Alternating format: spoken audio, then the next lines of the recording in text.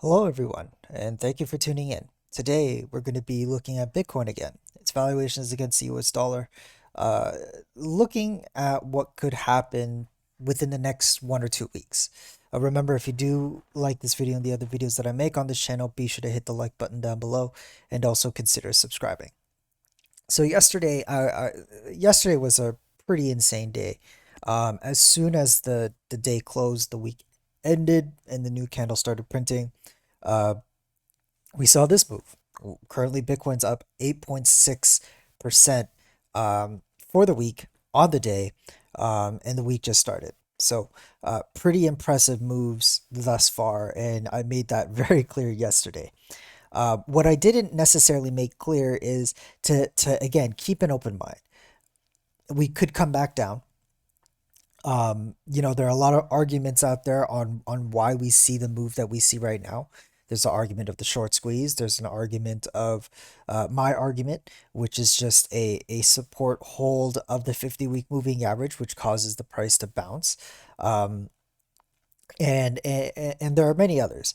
Um, what I think also needs to be said is that, as easy as came up, it could come down, right? But there is evidence to show that the trend is reversing, at least for now, right? We talked about the 50-day moving average as an example. We need to break it, hold it as support, and then that is further confirmation that um, the trend is reversing. Another theory is using the 50-week moving average. We see it bounce off of it. We hold it as support. Hopefully, this is some form of a trend reversal. So these are things to keep in mind. Having said that, we're currently trading at 38,492. The next step for Bitcoin would be the 20-week moving average, which is currently at 44,443. In order to get to there, Bitcoin would need to rally an additional, 15 or so percent to get to that price, which isn't that far. It's a lot closer than we were last week when we were measuring somewhere around, $33,500 or so, and we're talking about a 30% rally. We've cut that in half effectively, and now we need to rally about another 15% for this week at least. Like this week, it would need to rally 15%. Next week, if we stay at the same prices, it's going to be a shorter rally. We would only need to rally maybe 14% or so. It's because the moving average is trending down. So, these are the things that we're looking at. We're aiming towards the 20-week moving average. Another argument to be made, okay, another argument to be made is that we've already topped out from this move. And you might be asking, well, why is that? Some people, like I primarily use the 20-week simple moving average. You can also use the 21-week EMA. The 21-week EMA is another, moving average that's a little bit more susceptible to recent price moves, right? To the latest data. And we see that it's pretty consistent in terms of a market support during a bull market, um, as you can see. With that said, uh, look at where the price is. We wicked actually just above the 21-week EMA. We're currently below it.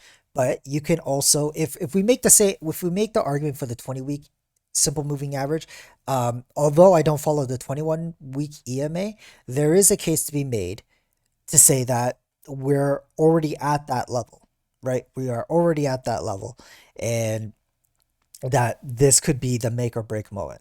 In which case, it's all happening very, very quickly. A good thing to note, and something that I wanted to show here on the channel, is how does the price move, the price move essentially works with the 21-week EMA, and why I'm not so much of a fan of the 21-week EMA.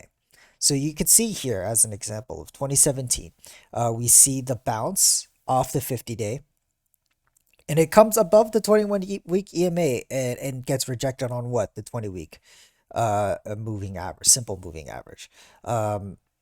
Another example could be here. Okay, so keep in mind 21-week EMA is blue, 20-week simple moving average is teal. and you'll see that we go above the 21 week EMA and hit the 20 week. So I think all in all, what we what we need to do for what Bitcoin needs to do is first you could say we need to get over the 21 week EMA, which is a valid argument because the 20-week simple moving average is above the 21 week EMA. So I think for us or for me especially, I'm not too much concerned about the 21 week. I'm more concerned about the 20 week.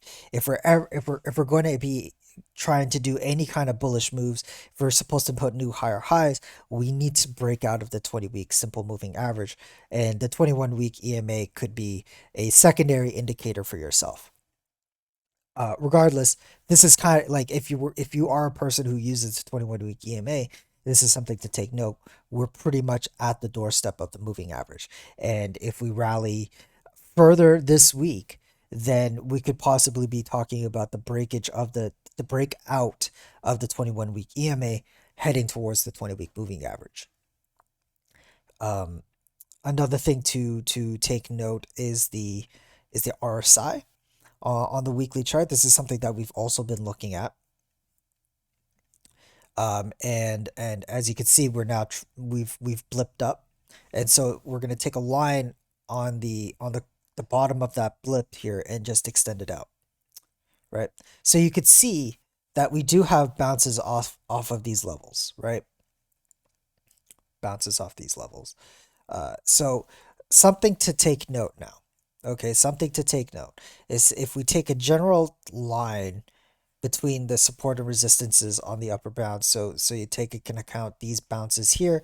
You take account of the RSI using this line as support as an example. This is kind of the area where we need to break out of, right? This is another, we got off the first hurdle. This is the second hurdle essentially. So you can see on this top yellow line here that this is a considerable support and resistance level. And so we're not at that level yet. We're at 49.59. This line is at like what, 55.40? Yeah, we're not there yet. But if we are to break out of the 21 week EMA, if we are to break out of the 20-week simple moving average, the RSI would also need to break out.